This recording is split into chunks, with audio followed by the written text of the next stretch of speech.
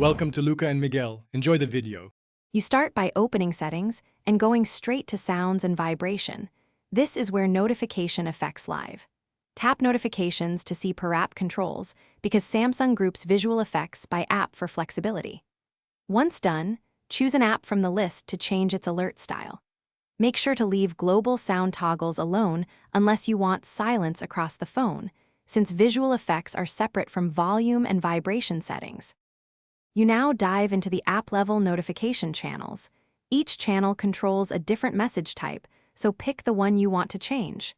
Change the importance to control whether a banner appears, and toggle lock screen or pop-up options to alter visibility. Also adjust the notification icon badges if you want persistent indicators.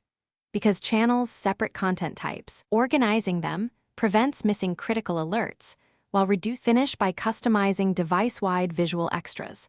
Go to Advanced Settings, Edge Screen, or Display to enable edge lighting and LED indicators. These create color cues and animations for incoming alerts. Choose a style and color per app so you can identify senders at a glance. Once configured, use the Preview button to confirm behavior.